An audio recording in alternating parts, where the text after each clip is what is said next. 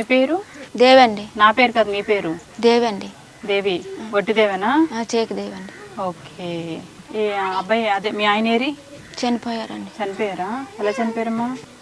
ఇంట్లో చింతపండు లేదండి, చింతబాటల కోసం అన్ని చెట్టు ఎక్కాడండి, కాలు జారిపోయి పడిపోయారండి. చెట్టు మీద నుంచి పడిపోయారా? పడిపోయారండి. అయ్యో, ఎన్నాళ్ళు అయింది? 3 సంవత్సరాలు అయిపోతుంది. మీకు తెలిసి ఉంటుంది మీ నాన్న? తెలుసండి. మీ నాన్న తెలుసా మీకు? మీ నాన్న పేరేంటి? కనకరాజు. కనకరాజా. నీ పేరు? ఫణేంద్ర. నీ పేరు? గౌరీనాయుడు. గౌరీనాయుడు. మీ నాన్న మిమ్మల్ని బాగా చూసుకుంటేవారా? ఎలా చూసుకుంటేవాడు మీ నాన్న మిమ్మల్ని? ఏది కొంత ఏది చెప్తే కొంత ఇచ్చేవాడు. ఏది కావాలంటే అది తెచ్చేవాడు, అంతేనా? బాగా చూసుకునేవాడు. బాగా చూసుకునేవాడమ్మా మీ ఆయన?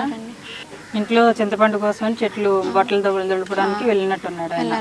చెట్టు మీద నుంచి కింద పడినట్టు చనిపోయాడా? లేదండి, పడిపోయినంటే కొద్దిగా స్పృహ ఉండేదండి. హాస్పిటల్, గవర్నమెంట్ హాస్పిటల్ తీసుకెళ్లారండి. తీసుకెళ్ళగానే బాటలో ఎక్కించారండి, ఇండస్లో వేయించారు. ఎక్కించుతుండగానే చనిపోయారండి. నా చేతుల్లో చనిపోయారు. మీ చేతుల్లో ఉంటుండగానే? అంటే ఒక రోజు అంత ప్రాణం ఉంది.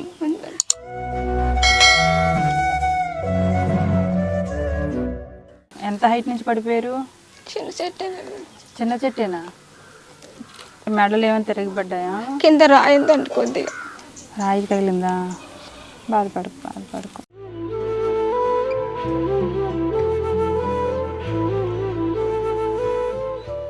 నాన్న ఏడవకురా. ఫోటో ఉందని తీసుకొస్తానండి. మరి అమ్మ ఏడుస్తుందా? నేర్చావా? నాన్న గుర్తొచ్చాడా? ఏడవకు నాన్న.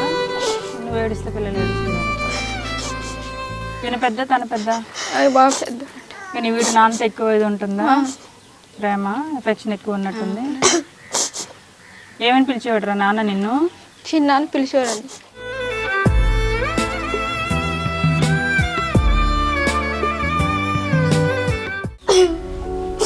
ఆడద్దు.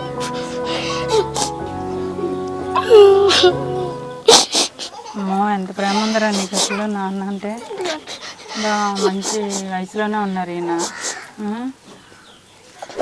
మంచి వయసులోనే ఉన్నాడు ఇతను. 3 ఏళ్ళ క్రితం చనిపోయారా? ఏడవకు నాన్న, ఏడవకు. మీ నాన్నలాగే ఉన్నావు నువ్వు కూడా.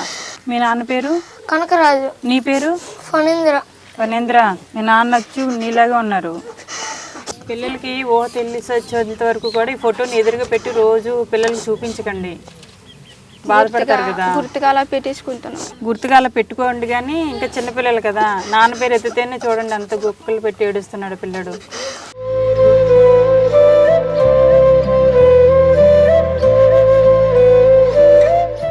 ఏం చదువుతున్నారమ్మా?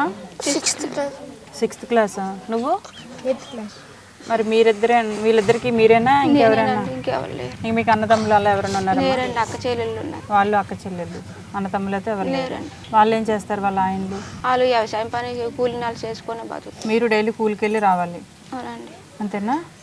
ఏ కూలి ఉంటే ఆ కూలికి వెళ్ళడం, లేదండి. అవునులే, మరి ఏదో ఒకటి చేయాలి కదా. మరి నువ్వు బ్రతకాలి, నీ పిల్లల్ని చూసుకోవాలి కదా. పిల్లలతో ఎలా ఉండేవాడు మా నాన్న? బాగా ఉండేవారండి. అంటే ఎలా ఉండేవారు? పండగలు వస్తే బట్టలు అవి తీసేవారండి, ఏది కావాలంటే అది కొనేసి పెట్టేవాడండి.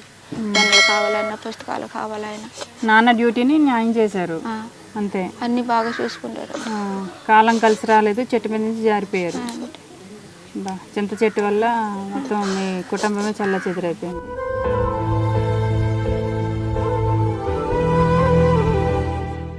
సరే అమ్మా, రేషన్ అదంతా వస్తుందా? రేషన్ కార్డు 15 కేజీలు వస్తుందండి. మీరు ముగ్గురికి 3, 5, 15 కేజీలు వస్తున్నాయి. మీకు ఫంక్షన్ వస్తుందా? వీడియో ఫంక్షన్ వస్తుందా? అది కాకుండా మీరు ఏదైనా పని చేసుకుంటే ఆ వచ్చే డబ్బులతో మీరు దాచుకొని ఖర్చు పెట్టుకుంటున్నారు, అంతేనా? మీ పేరు దేవి కదా? సరే అమ్మా, నేను రేషన్ ఇస్తాను, తీసుకుంటారా?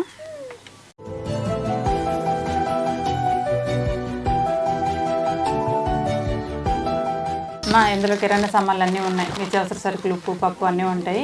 25 కేజీలు బియ్యం మీకే, పిల్లలకి పెట్టండి.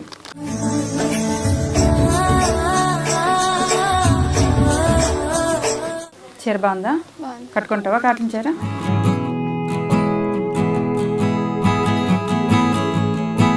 చీర, జాకెట్, లంగమ్మ తీసుకోండి.